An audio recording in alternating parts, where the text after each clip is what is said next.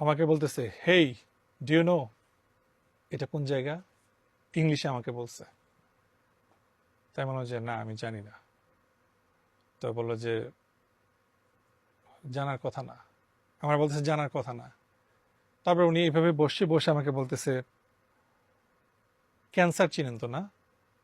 ধরেন পায়ের মধ্যে ধরেন ক্যান্সার হইলো, তখন আমরা কি করি? ধরেন আপনার এখানে ক্যান্সার হইলো, আমরা তখন কি করি? পাটা কেটে ফেলে দিই, তাই না?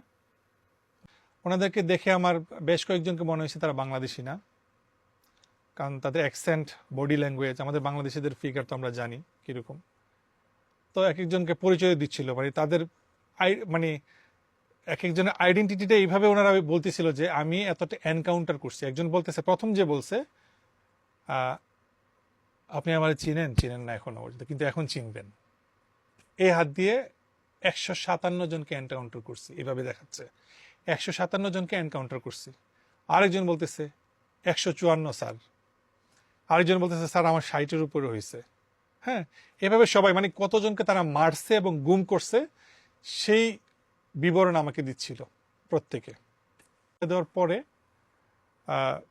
ওনারা একজনকে বলল, যাও জিনিস নিয়ে আসো, জিনিস নিয়ে আসো, কথাটা ছিল এটা এভাবে। তো একজন গেল, একটু ইয়াং টাইপের একটা ছেলে ওনাদের ভিতরেই। তারপরে কয়েকজনকে ফোন দিল এইভাবে, কয়েকজনকে ফোন দিল, এক একজনের কাছে এক এক জিনিসপত্র। একজন নিয়ে আসছে শক, যেটা ইলেকট্রিক শক প্যাকেট, নতুন একটা প্যাকেট খুললো, পলিথিন থেকে বের করে সুন্দর করে এভাবে আমাকে দেখাচ্ছে, আমার কাছে এনে এভাবে দেখাচ্ছে, মানে আমার মুখের কাছে এসে আমাকে এভাবে ভয় দেখাচ্ছে। তারপরে আরো কয়েকজনে মিলে এমন এমন কিছু অস্ত্র নিয়ে আসছে, যে অস্ত্রগুলো আমি নেটফ্লিক্সে থ্রিলার মুভিতে, সাইকো থ্রিলার মুভিতে আমি দেখেছি। এরকম লোহার রডের মতো, এরকম বড়, এতটুকু হবে একটা অস্ত্র। এটা চতুর্দিকে লোহার কাটা, কাটার মতো চতুর্দিকে, শুধু ধরার মতো একটা স্টিকের মতো এই জায়গাটা আছে, আর পুরো জায়গাটা হচ্ছে লোহা দিয়ে, চতুর্দিকে লোহা। এটা একটা দেখলাম। তারপরে হরর থ্রিলার মুভিতে যেগুলো দেখি, সাইকো থ্রিলার মুভিগুলোতে যেগুলো টর্চার সেলগুলোতে যেইগুলো ইউজ করা হয়, মানে আমি বাংলাদেশে কোনোদিন চিন্তা করি না যে এরকম কোনো অস্ত্র বা এরকম কিছু আছে। এমন টাইপের কিছু প্লাস বা কাটার, যেগুলো দিয়ে নখ কাটা হয়, নখ তুলে ফেলা হয়, জিব্বা তুলে ফেলা হয়, চোখ তুলে ফেলা হয়, বিভিন্ন রকমের, মানে এভাবে রাখছে একটা জায়গার মধ্যে। এটা মানে আমার চোখের সামনে রাখছে আর কি। এগুলা 20 থেকে 25টা হবে। মানে এই অস্ত্র আমি আমার জন্মের পরে কোনোদিন দেখি নাই। তো এগুলো রাখছে, রাখার পরে একজন এসে আমার এখানে পা তুলছে, পা তুলে আমার চুলের উপর দিয়ে ইলেকট্রিক শর্ট দিয়ে আমার শরীরে টাচ করে নেই। একটা ভালো জিনিস হয়েছে, সেটা এই 2 দিন ওদের কাছে ছিলাম, আমার বডিতে টাচ করে নেই তারা, কিন্তু ওরা আমাকে ভয় দেখাইছে। একজন এখানে পাটা রাখলো, পাটা রেখে দুইটা ইলেকট্রিক শক নিয়ে আমার চুলের উপর দিয়ে আওয়াজ হচ্ছে, ইলেকট্রিক শকে ঠাস ঠাস করে আওয়াজ হচ্ছে, কিন্তু আমার গায়ে দিচ্ছে না। আরেকজন আসছে হচ্ছে ওই কাটার নিয়ে, যেগুলো দিয়ে জিভ কাটা হয়, ঠোঁট কাটা হয়, নখ কাটা হয়, উপরে ফেলা হয়, এগুলো এসে আমার ঠোঁটের এখানে, আমার দাড়ির এখানে এভাবে এভাবে এরকম করতেছে। আমি আওয়াজ শুনতেছি, আমার তখন এমন লাগতেছে মনে হচ্ছে আমি পাগল হয়ে যাব, মানে আমার দমটা তখন বের হয়ে যাচ্ছে, এমন একটা অবস্থা। তো আমি যতটুকু বুঝলাম, ওনাদের সব রকমের তাদের প্রিপারেশন থাকে এবং আছে, এবং ওই জায়গাটাতে কত হাজার মানুষ, হাজার না হোক, কয়েকটা সেল আছে, এটা আমি নিশ্চিত, কারণ ওনারা আমাকে বলছে যে এটা হচ্ছে আপনার প্রথম ধাপ, আমাদের এরকম 12-13টা আরো ধাপ আছে, ঠিক আছে? এবং সেটা ভয়ঙ্কর, একটার থেকে একটা ভয়ঙ্কর। এগুলোর দিয়ে মধ্যে দিয়ে আপনার যেতে হবে। এই করে অনেক কিছু বলে উঠলে আমার নানান রকমের ভয়ভীতি দেখায় তারা কিছুক্ষণের জন্য চলে যায়। তারপরে এদিক দিয়ে আমি বলতেছি আমার ওয়াইফের সাথে আমি কথা বলবো, আমাকে একটু ফোনটা দেন, আমার শাশুড়ির সাথে আমি কথা বলবো, ফোনটা দেন। ওনারা আমাকে দিচ্ছে না। 9:30টার দিকে উনি আসছে, মানে ওনাদের যে মেইন বস। তো ওই টাইমে আমি সন্ধ্যায় যখন আমাকে সবাই ইয়ে করতেছে, জেরা করতেছে, যে বললাম 16-17 জন ছিল, ওই মনে মনে হলো আমার যে অনেকে এখানে বাঙালি না, ওনাদের অ্যাকসেন্ট, কথাবার্তা, মোচ আছে এরকম বড়, কেমন টাইপের তাকানো, বডি টডি কিরকম টাইপের, এরকম টাইপের লোকজন ছিল। তো আমার যেটা মনে হলো যে বড় বড় ক্রাইমগুলো যেগুলো করে, গুম করা বা মেরে ফেলা, এগুলো তাদেরকে দিয়ে করানো হয়, এটা আমার কাছে মনে হয়েছে।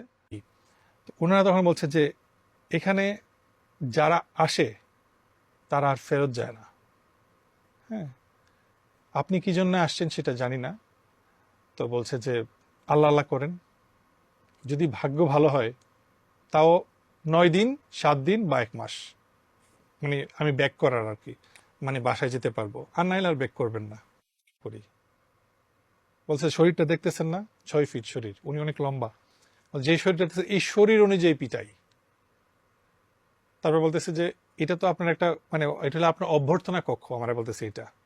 বলছে এখানে এমন এমন রুম আছে যে রুম আপনি দেখলে আপনি নিজেই সেন্সলেস হয়ে যাবেন, মানে আমাকে এমন ভাবে উনি কথা বলতেছে। এবং এটা শুধু গল্প না, খুশ গল্প না, এটা আসলেই আছে এখানে। তো আমাকে বলা হয়েছে যে ওইখান থেকে যখন আমাকে ছাড়লো, আমাকে বলল যে আমার ওয়াইফ ফ্যামিলিকে বলল যে এখানে যা কিছু হয়েছে 2টা দিন 2টা রাত যা কিছু হয়েছে, আমি যেন একটা 2 অক্ষর শব্দ যেন আমি বাইরে কোথাও এক্সপোজ না করি বা কাউকে না শেয়ার করি। আমাকে এইভাবে বলা হয়েছে, যদি বলা হয়, শুধু ওনারা এইভাবে বলতেছিল, এইভাবে দেখাচ্ছিল যে আমাকে মেরে ফেলবে। এই গভর্নমেন্ট চেঞ্জ হওয়ার পরে, কারণ আমাকে, আমার ওয়াইফকে, আমার ফ্যামিলিকে বলা হয়েছে যে আমরা নজরদারিতে আছি। বাংলাদেশের মানুষ কিন্তু শুধু পুলিশ পর্যন্তই জানে, যে কোনো কিছু হইলে, ক্রাইম হইলে মানুষ পুলিশের কাছে যাবে। হ্যাঁ, আর সর্বোচ্চটা জানে কি, ডিবি, ডিটেকটিভ ব্রাঞ্চ। কিন্তু আরো যে কিছু আছে, মানে আরো যে কিছু সংস্থা আছে যারা পুরো বাংলাদেশকে চালায়, এটা সাধারণ মানুষ বুঝে না। কিন্তু আমি এটা আজকে বলতেছি, পুলিশ হচ্ছে একটা আই ওয়াশ। চোর চোরটাদেরকে ধরার জন্য পুলিশ, হ্যাঁ, সর্বোচ্চ ডিবি যেগুলো হচ্ছে নর্মাল যে ইনভেস্টিগেশনগুলো করে। কিন্তু সারা বাংলাদেশের আপনি ইন্টারনেট বলেন, ইনফরমেশন বলেন, মানে তথ্য ভিত্তিক যত যা কিছু আছে, মানুষকে ফাঁসানো, এমপি বানানো, মন্ত্রী বানানো, চেয়ারম্যান বানানো, মেম্বার বানানো, এই সব কিছু করে ডিজিএফআই। এভরিথিং। মানুষ এটা জানেই না, মানুষ এটা জানে না। মানুষ শুধুমাত্র ওই যে পুলিশ পর্যন্ত আর ডিবি পর্যন্তই জানে। আরও যে সংস্থা আছে, ডিজিএফআই, এনএসআই, এসএসএফ, ওই সম্বন্ধে মানুষের কোনো আইডিয়াই নাই।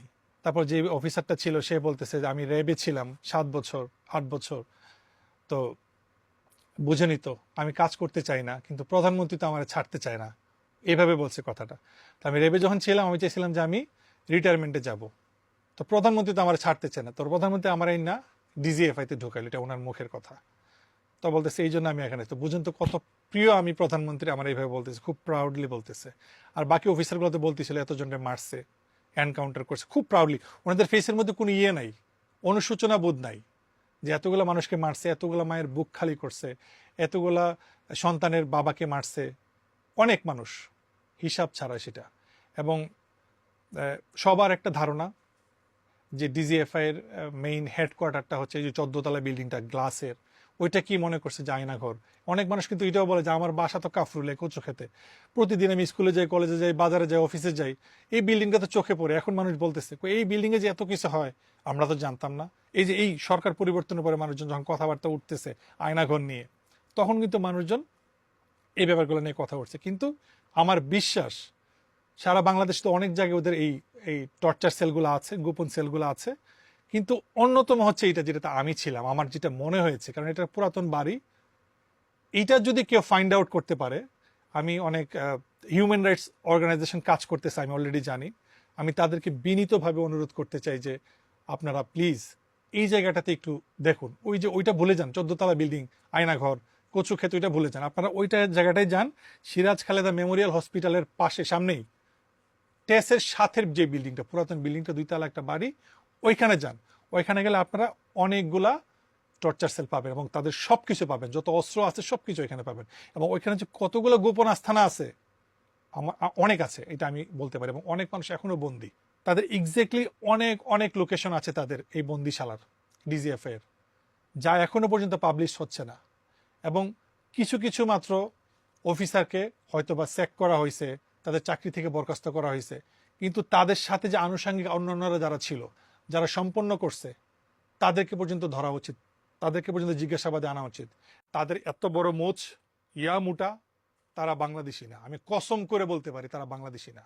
2জনকে আনছে, বলতেছে যে ফোন করা হয়েছে এখান থেকে, সে ঢাকার বাইরে। আমি আমি যতটুকু তাদের কথা শুনে বুঝতে পারছি সেই লোকটা ঢাকার বাইরের, নিশ্চয়ই প্রভাবশালী কেউ বা এরকম কেউ, হোয়াট এভার।